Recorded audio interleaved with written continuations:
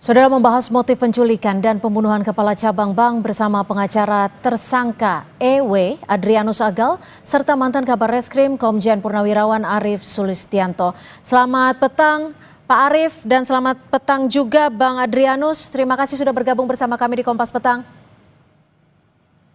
Baik, terima kasih. Ya, saya Selamat ke sore. Bang Adrianus. Bang Adrianus, saya konfirmasi kembali ya. Anda kuasa hukum pengacara dari salah satu tersangka EW. Betul seperti itu? Ini EW yang berperan Betul. sebagai apa nih? EW ini adalah yang berperan, yang menerima pekerjaan dari sahabatnya yang saya berapa kali sebut dengan inisial F itu.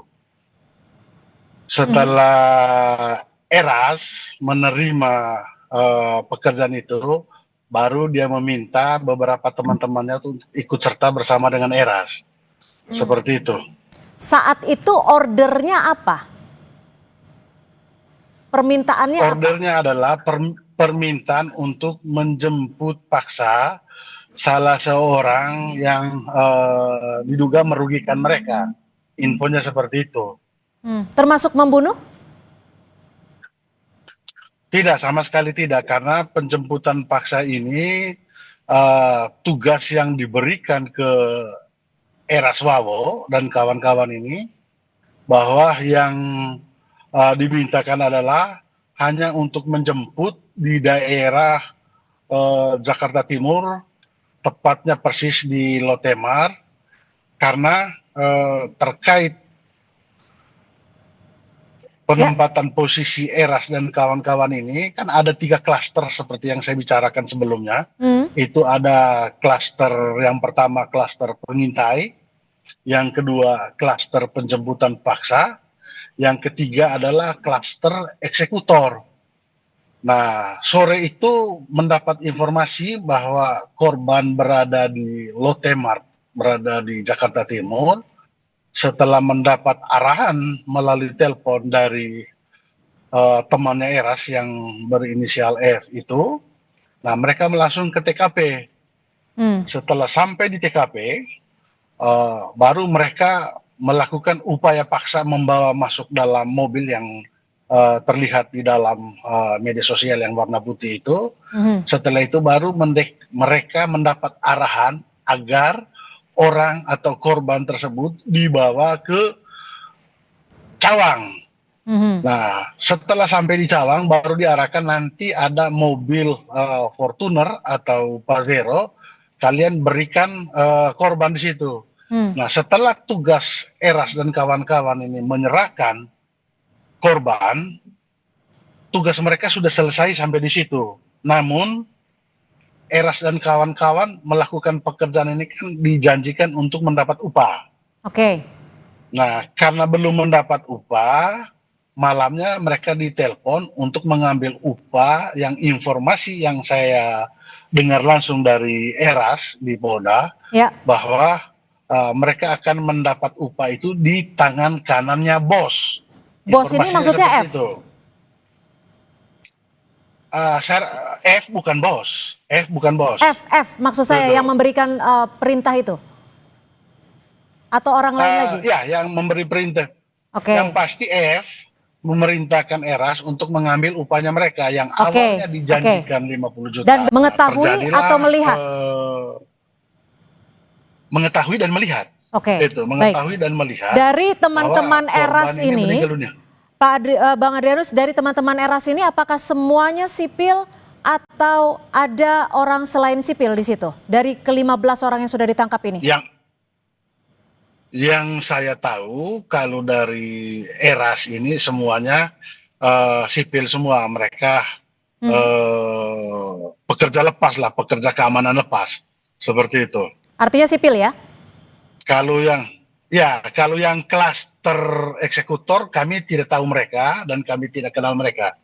Begitu. Baik, Pak Arief, bagaimana bisa menelusuri dan juga memastikan bahwa kasus penculikan dan juga pembunuhan ini bisa terungkap?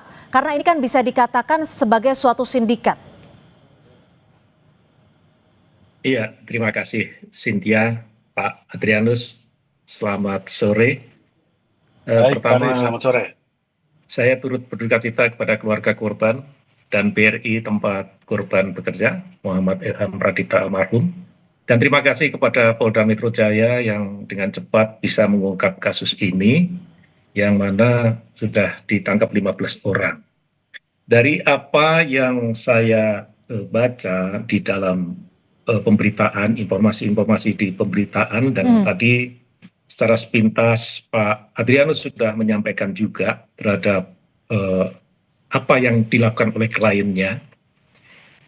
Yang pertama, saya melihat ini setidaknya di dalam pengungkapan dan dalam proses penyidikan nanti ada 3 TKP yang harus dipelajari oleh penyidik. Yang pertama adalah seperti katakan Pak Adrianus tadi, TKP tempat penjemputan atau penculikan awal, di mana Erasmus, klien Pak Adrianus, ikut serta di dalam di situ.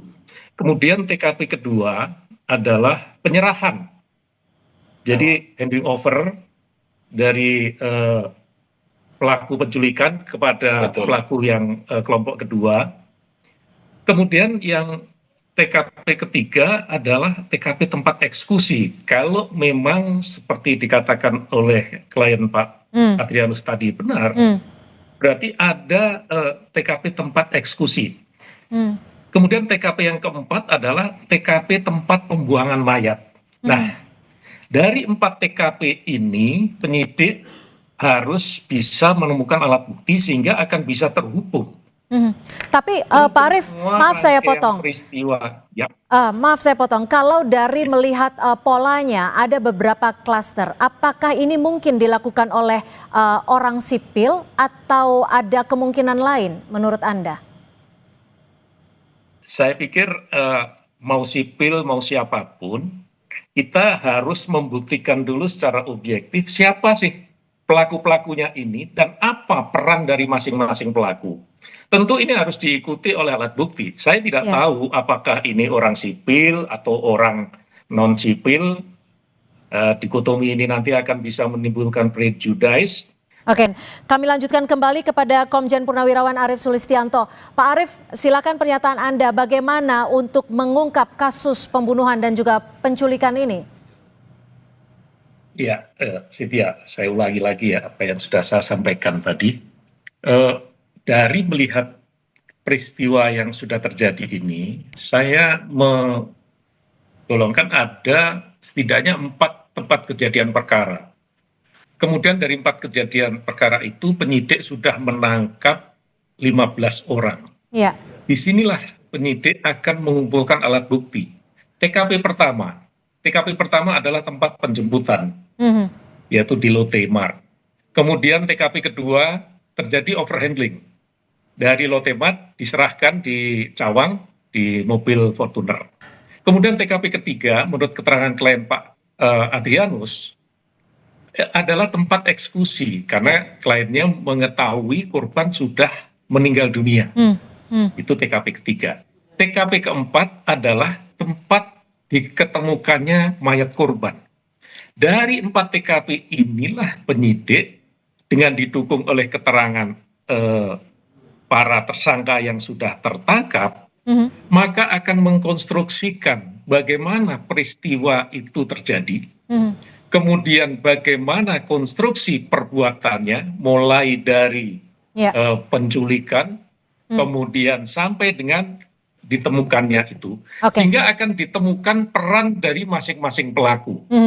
Termasuk akan ditemukan pula garis merahnya seperti itu ya, benang merahnya ya? Iya. Iya, jadi dari 15 ini nanti sudah diketahui peran-perannya akan bisa diungkap lagi. Tentu semuanya berdasarkan alat bukti. Tidak bisa kita prejudice, kita tidak bisa menuduh seseorang disuruh ini, si tersangka A mengatakan saya disuruh ini, buktinya apa. Ini kan bisa dilacak seperti dikatakan Pak Adrianus tadi, perintahnya melalui telepon. Kan bisa dicek teleponnya. Di mana teleponnya, posisinya bisa dicek, dibayar pakai duit apa, bagaimana membayarnya. Semua pasti akan bisa diungkap oleh tim penyidik karena motif ini penting nanti untuk penerapan pasal yang diterapkan kepada masing-masing pelaku ini. Oke, Gitu, Cynthia. terakhir singkat saja Pak Arief, apa sesungguhnya kesulitan untuk mengungkap motif dari kasus penculikan dan pembunuhan ini? Sebetulnya nggak ada yang sulit karena alat bukti semua sudah ada, kemudian para pelaku juga sudah lengkap, tinggal penyidik untuk menyampaikan saja. Sehingga yang diperlukan sekarang adalah objektivitas. Makanya ada penasihat hukum seperti Pak Adrianus ini adalah untuk menjamin objektivitas dari pemeriksaan atau penyidikan dilakukan penyidik, menjamin objektivitas kliennya betul-betul menyampaikan apa yang dilakukan dengan benar dan jujur, sehingga akan bisa mengungkap ini dengan benar. Baik. Begitu, Cynthia. Baik, terima kasih Komjen Purnawirawan Arief Sulistianto, mantan Kabar Reskrim, dan sebelumnya juga sudah bergabung Adrianus Agal, kuasa hukum dari salah satu pelaku Eras Wowo. Terima kasih.